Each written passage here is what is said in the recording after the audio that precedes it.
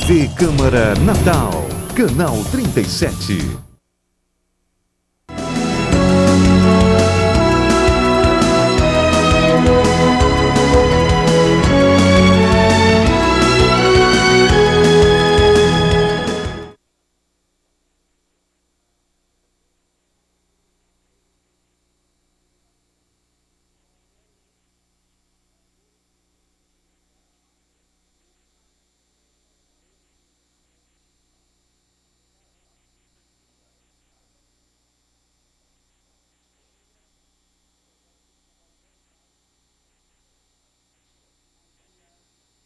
Bom dia a todos e a todas.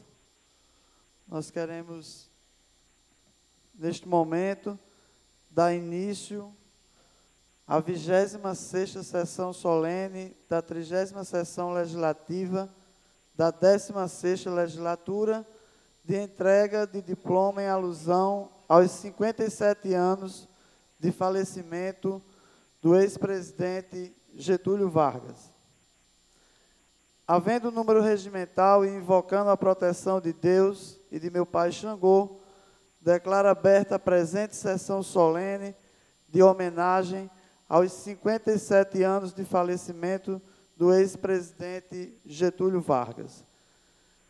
Com base no Decreto Federal número 70.274, de 9 de março de 1972, que disciplina e rege o cerimonial público e a ordem geral de precedência, convido para compor a mesa diretora dos trabalhos as seguintes autoridades: Excelentíssimo senhor Saulo Carvalho, diretor-presidente da Potigás, representando aqui a excelentíssima senhora governadora do estado do Rio Grande do Norte, governadora Rosalba Ciarline. Convidamos o excelentíssimo senhor Carlos Eduardo Alves, presidente estadual do Partido Democrático Trabalhista. Convidamos o excelentíssimo senhor Kleber Fernandes, presidente da Juventude Socialista do PDT.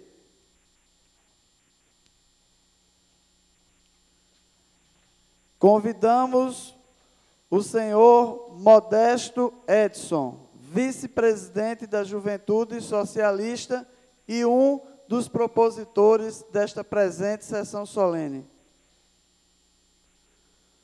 Queremos também convidar o senhor Francisco Neto, diretor de Formação Política da Juventude Socialista do Rio Grande do Norte.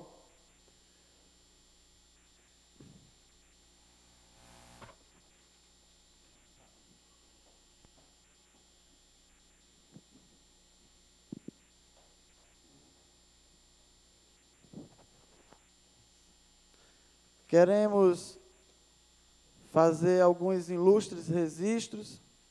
Registramos aqui a presença do senhor Antônio Batista Primo, militante do Partido Democrático Trabalhista. Também queremos registrar a presença do senhor Alessandro da Cruz Santos, registrar a presença do nosso querido amigo Johnny Costa, superintendente do Ministério do Trabalho, e ao mesmo tempo convidá-lo a vir compor a mesa diretora dos trabalhos. Senhor Ricardo Tomás de Aquino, também registrar a presença do senhor Ramon Asfora, é isso mesmo, Asfora. Senhor Brígido Bezerra, grande militante, figura ilustre dos quadros do nosso Partido Democrático Trabalhista nesta cidade. Também registrar a presença da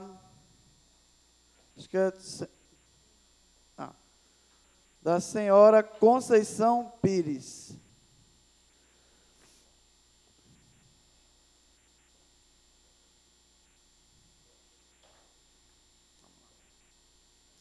Estando composta a mesa, Nós queremos, neste momento, convidar todos os presentes para que, em atitude de respeito, entoemos o hino nacional brasileiro, letra de Joaquim Osório Duque Estrada e música de Francisco Manuel da Silva.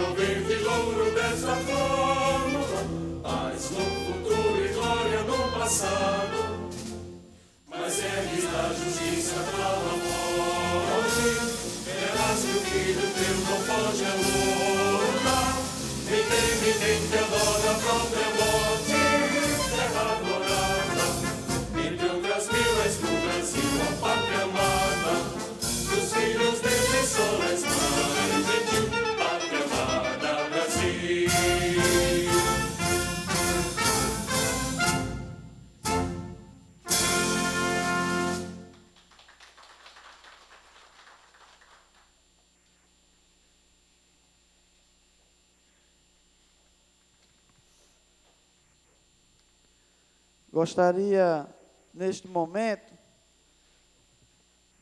nós iremos fazer a leitura, com muita honra, da carta testamento do ex-presidente Getúlio Vargas.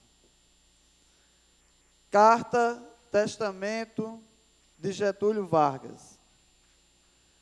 Mais uma vez, as forças e os interesses contra o povo coordenaram-se e novamente se desencandeiam sobre mim.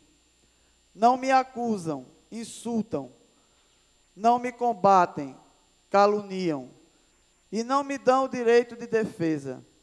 Precisam sufocar minha voz e impedir a minha ação, para que eu não continue a defender, como sempre defendi o povo e principalmente os humildes. Sigo o destino que me é imposto. Depois de decênios de domínio e expoliação dos grupos econômicos e financeiros internacionais, fiz-me chefe de uma revolução e venci. Iniciei o trabalho de libertação e instaurei o regime de liberdade social. Tive de renunciar. Voltei ao governo nos braços do povo. A campanha subterrânea dos grupos internacionais aliou-se a todos a dos grupos nacionais revoltados contra o regime de garantia do trabalho. A lei de lucros extraordinários foi detida no Congresso. Contra a justiça da revisão do salário mínimo se desencadearam os ódios. Quis criar liberdade nacional na potencialização das nossas riquezas através da Petrobras. E mal começa esta a funcionar, a onda de agitação se avoluma. A Eletrobras foi obstaculada até o desespero. Não querem que o trabalhador seja livre. Não querem que o povo seja independente. Assumir o governo dentro da espiral inflacionária que destruía os valores do trabalho. Os lucros das empresas estrangeiras alcançavam até 500% ao ano. Nas declarações de valores dos que importávamos, existiam fraudes, constatadas de mais de 100 milhões de dólares por ano. Veio a crise do café, valorizou-se o nosso principal produto e tentamos defender seu preço, e a resposta foi uma violenta pressão sobre a nossa economia, a ponto de sermos obrigados a ceder.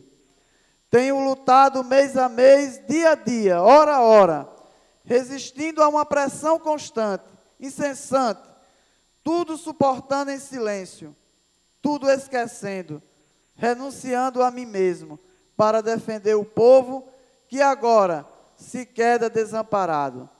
Não posso, nada mais vos posso dar, a não ser meu sangue. Se as aves de rapina querem o sangue de alguém, querem continuar sugando o povo brasileiro, eu ofereço em holocausto a minha vida. Escolho este meio de estar sempre convosco. Quando vos humilharem, sentireis minha alma sofrendo ao vosso lado. Quando a fome bater à vossa porta, sentirei em vosso peito a energia para a luta por vós e vossos filhos. Quando vos vilipendiarem, sentirei no pensamento a força para a reação. Meu sacrifício vos manterá unidos e meu nome será a vossa bandeira de luta. Cada gota de meu sangue será uma chama imortal na vossa consciência e manterá a vibração sagrada para a resistência. Ao ódio, respondo com o perdão. E aos que pensam que me derrotaram, respondo com a minha vitória. Era escravo do povo e hoje me liberto para a vida eterna. Mas esse povo de quem fui escravo, não mais será escravo de ninguém. Meu sacrifício ficará para sempre em sua alma e meu sangue será o preço do seu resgate. Lutei contra a expoliação do Brasil. Lutei contra a expoliação do povo. Tenho lutado de peito aberto. O ódio, as infâmias, a calúnia não abateram meu ânimo. Eu vos dei minha vida, agora vos ofereço minha morte. Nada receio, serenamente dou o primeiro passo no caminho da eternidade e saio da vida para entrar na história. Rio de Janeiro, 23/8 de 54, Getúlio Vargas. Gostaria, neste momento, em nome do Partido Democrático Trabalhista, ouvir a palavra do nosso presidente, o nosso querido prefeito, vou dizer assim, porque eu considero Carlos Eduardo Alves.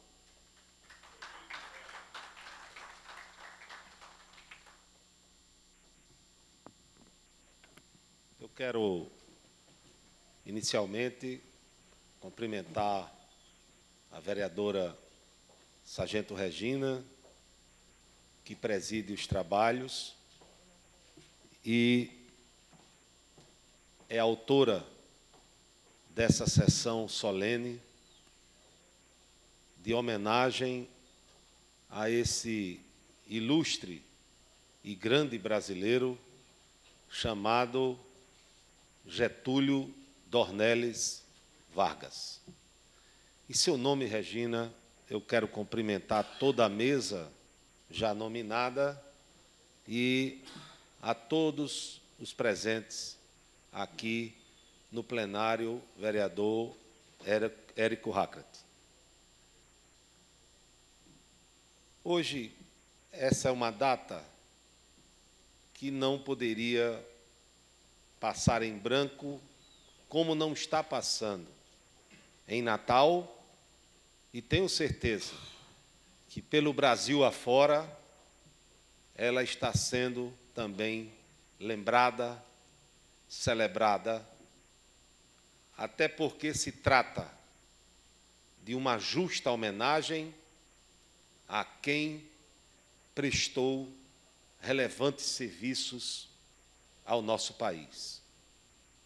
Getúlio Vargas foi deputado estadual, foi deputado federal.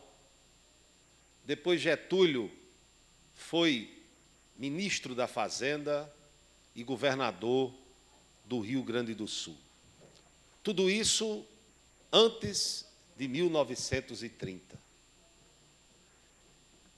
E neste ano de 1930, Getúlio Vargas liderou a Aliança Liberal, uma aliança que vinha em busca de um Brasil novo, de um Brasil moderno, para virar a página de um Brasil que até aquela data era o Brasil atrasado, era o Brasil da política do café com leite, de eleições viciadas, onde as reivindicações sociais e trabalhistas não existia, não havia essa sensibilidade, o compromisso de fazer com que os brasileiros se emancipassem, que os brasileiros conquistassem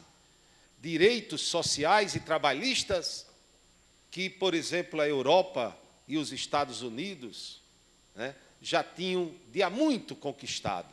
E o Brasil estava na idade da pedra, na idade medieval, como se diz.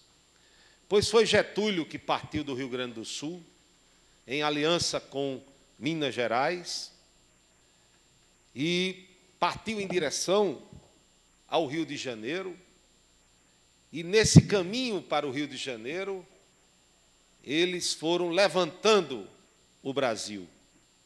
Ninguém acreditava que aquela aliança liberal fosse depor o então presidente Washington Luiz, que era paulista, ex-governador de São Paulo, presidente da República, e naquela época em que o Brasil tinha menos de 10% da sua população alfabetizada. Então, as dificuldades, os obstáculos, a descrença era muito grande para que aquele movimento, liderado por Getúlio Vargas, fosse vitorioso. Mas Getúlio era um homem ousado, corajoso, e ele nunca desistiu, até chegar ao Rio de Janeiro e depor o então presidente Washington Luiz, que partiu para o exílio, e ele foi escolhido como chefe da aliança, ele foi escolhido para presidir o Brasil, até que o Brasil convocasse uma constituinte e eleições para eleger o futuro presidente do Brasil. Getúlio assume o Brasil em 1930. E em 1934 ele convoca a Constituinte. Promulga a nova Constituição com eleições gerais e é-lhe dado um mandato até 1938 para que a Constituição já adequada, conhecida, propagada pelo país, em 1938, houvesse eleições para presidente do Brasil. Ocorre que, nesse ponto aí, está o lado negativo de Getúlio. Porque, de 30 até 37, Getúlio cumpriu com as bandeiras da Aliança Liberal, as bandeiras modernizantes do Brasil. Foi instituído férias para o trabalhador, o salário mínimo, né? Direitos sociais que eram simplesmente relegados, eram simplesmente ignorados, e o Brasil vivia realmente essa situação de atraso social, né? De atraso nos direitos trabalhistas. Então, a legislação da Previdência Social, a legislação trabalhista, foi uma inovação trazida por Getúlio Vargas. Em 1937, ele estabelece o Estado Novo, que foi a ditadura. Foi o seu lado negativo. Mas ele mesmo, ditador, ele tinha um projeto para esse país. E hoje, os historiadores, né, aquelas pessoas que estudaram o Brasil, né, e o tempo de Getúlio Vargas, dizem que Getúlio Vargas foi muito maior do que o Estado Novo.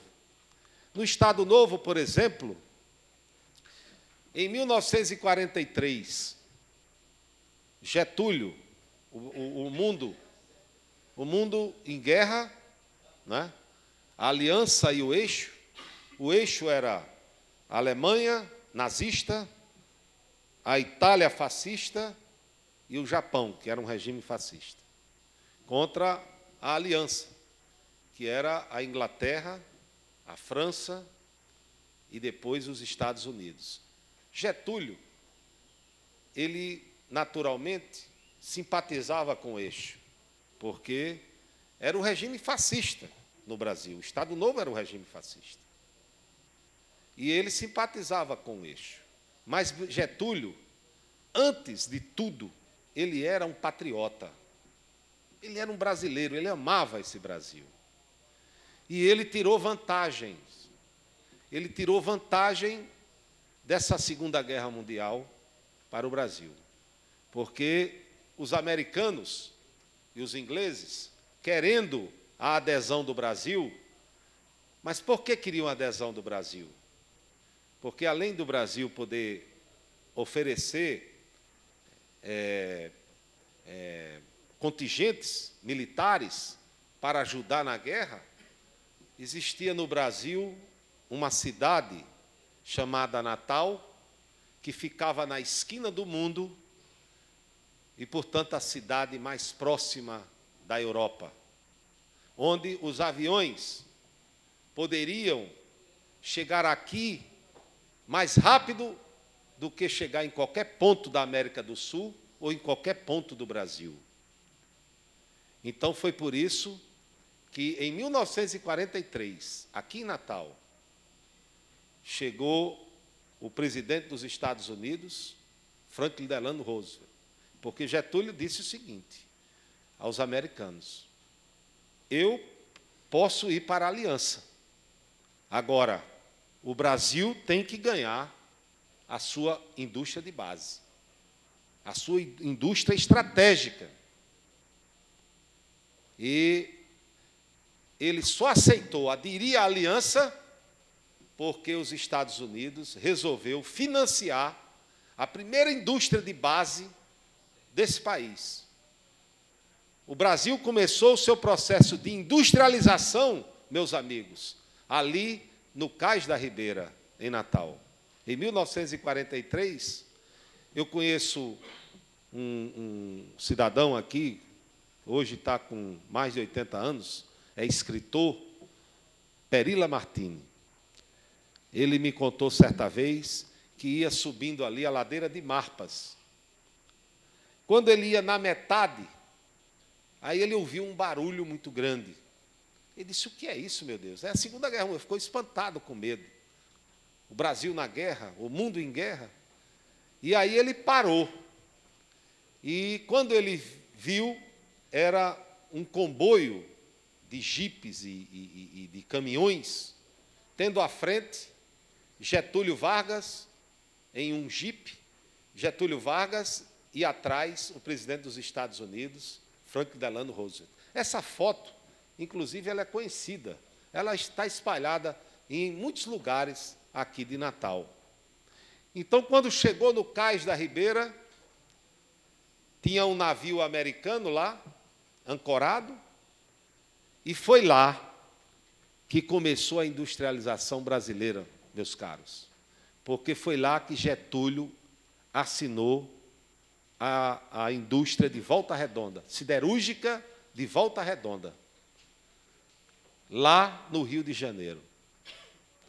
Foi assinado, e nessa assinatura, Getúlio também assinou a adesão à aliança, inclusive mandando soldados para Monte Castelo, na Itália, a famosa luta na Segunda Guerra Mundial, Batalha de Monte Castelo, mas começou aqui na Ribeira. Getúlio e o presidente dos Estados Unidos, Franklin Delano Roosevelt. Foi assinado ali no Cais da Ribeira o início da industrialização do Brasil, a usina siderúrgica de Volta Redonda, que foi, inclusive, privatizada agora no governo de Fernando Henrique Cardoso. Nesse dia, Getúlio, o presidente Franklin Delano Roosevelt, eles jantaram no navio americano. O presidente Franklin Delano Roosevelt pernoitou no Rio Potengi, dormiu no navio, e Getúlio dormiu ali no Hospital das Clínicas, ali na ladeira, Danilo Peçanha. Ali, o Hospital das Clínicas, o primeiro andar era um hospital, e o segundo e o terceiro andar era um hotel para hóspedes ilustres que nos visitavam